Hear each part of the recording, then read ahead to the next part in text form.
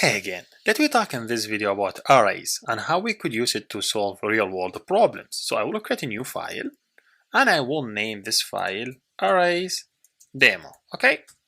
And I will start with my simple example, which is function main and this main this way. So think about you want to do apps for pets. So I would say you have a pets app and pets app, and this pet apps expect user to enter their pets, and you just print them. So I would assume for now with using variable, if I would say the maximum is 3 pets, I would say okay, the var for the pet one, I will read it from the screen, whatever the user will input, dot read or toString, because I'm reading a pets, so a string. And I would expect same thing I do it for the second bit and the third bit. So second one and the third one. And when I print them, I say print this way, print line, your bits are, and you show him the list of the bits, which is you say print for line, and you say for definitely you print them bits by bits. So for the bit one, you will say this one a bit one, and this way you add a sign before it. And same thing you do for the second bit and the third bits. Okay, second one and the third one. That's the one second one, and this one third one. So this is a very basic example. You're expecting a user, you could input their bits as an input, enter their bits as input for your code, and you just try to print their bits. So let me first just run it and see what the problems we could face. So pets app, to expect first one, I should say dog, second one is cat, and the third one is bird. Okay, 3 bits. So you tell me you have these 3 bits. Now, what if we go to the app that we designed before? What if I don't know how many bits the user could input? Well, how I know how to define the variables? The variables will not be helpful for me. In this specific case, I need to use arrays. That's mean, what I mean by array, I mean like we have 3 elements, so I would define array with size of 3 in this way. So you say array, I define it with the size of 3, and every bit will go in one cell. So this one for the first bird, this one for the second one, this one for the third bird. Every cell have an index. This index in array in Kotlin start with 0. This 0, this 1, this 2. Okay? So every bird will go to different cell in one array. So if I want to write this same app in array, I will say write the app in array. I will say okay, I would define array, which is var, let's name it list of bits, and I should define my data type for arrays. I would say my array will be type of string, and it just easily, when you go and initialize it, you say equal a new.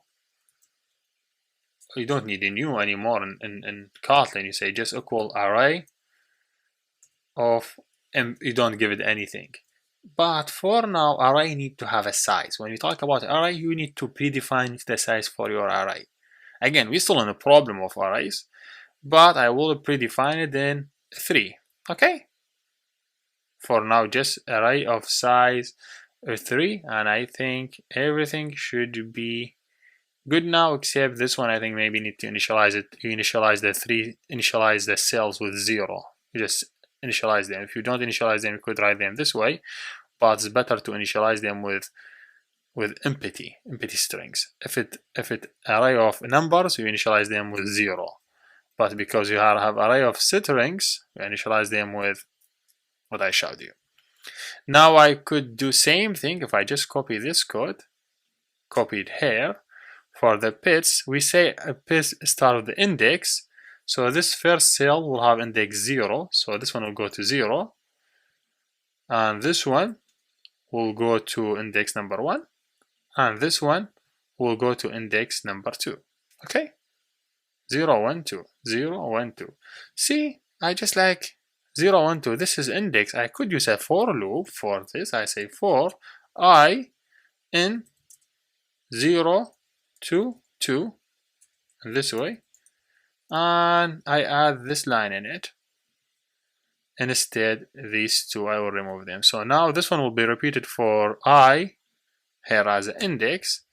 Whatever I here, when it's 0, it will read for 0. When it's 1, it will read for 1. When it's 2, it read for 2.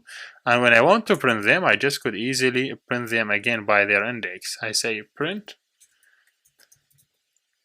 this way, say pit for index I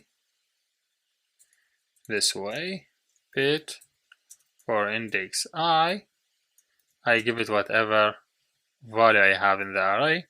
I should use this one. So this one will not work. I need to have 2 brackets. Now this example will give me exactly this one. So list your pits using variable, and this one list of your pits using arrays. Okay, same thing, same results. If I just took this code off because I no longer need it anymore, and I try to run this part, it will expect from me array of 3 pits. I could enter them, and boom, I should be all set. So just wait a second. So I enter pit, I say dog, cat, bird. Okay, and he print them. Pit, dog, cat. Well, I could say print /line to print them in different lines so I could see them. So yes, this is basically how we do a simple, very simple array. What if I want just change the size? I want to change the size to, for example, 5. Okay, this one 0 to 4 because less than 1 from this one. 2 to 4. Now I will expect 5 pairs or 5 pits the user could input now in my system. See, I don't need to add more variables. All what I need to do is just changing the size. So which is really nice. Just wait a second.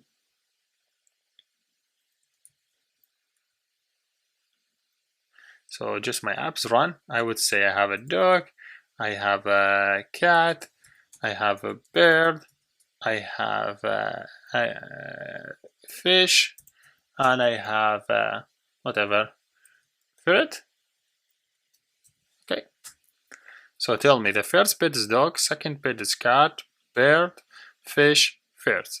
Now let me make this app more generic. I say, okay, I define the size here, val, because max size, you could name it this way, max size equal, for example, 5.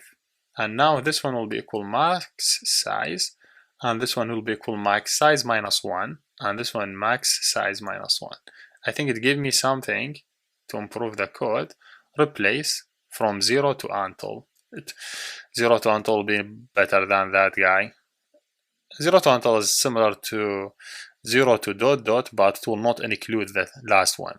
So the idea is instead writing 0 dot dot max size minus 1, because I don't need each one, this one, because this one will be apart from it. So I say 0 until the max size, and the max size will not be included as a part from my calculations. Now if I want to change the size to 6, okay, just change 6 and everything will work normally without any issues. So the idea behind this video, I want to tell you, hey, you could easily define an array and put elements inside that every location in the array. And also, let me do it again. I say have bird, the first one, the second one is rabbit, and the third one is shoe, gar, gull, glider, and this one is cat, and I have a dog also, and I have a fish.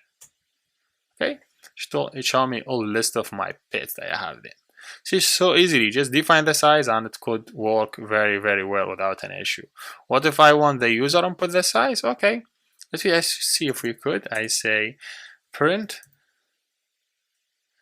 enter number of bits, and I would expect this one will be read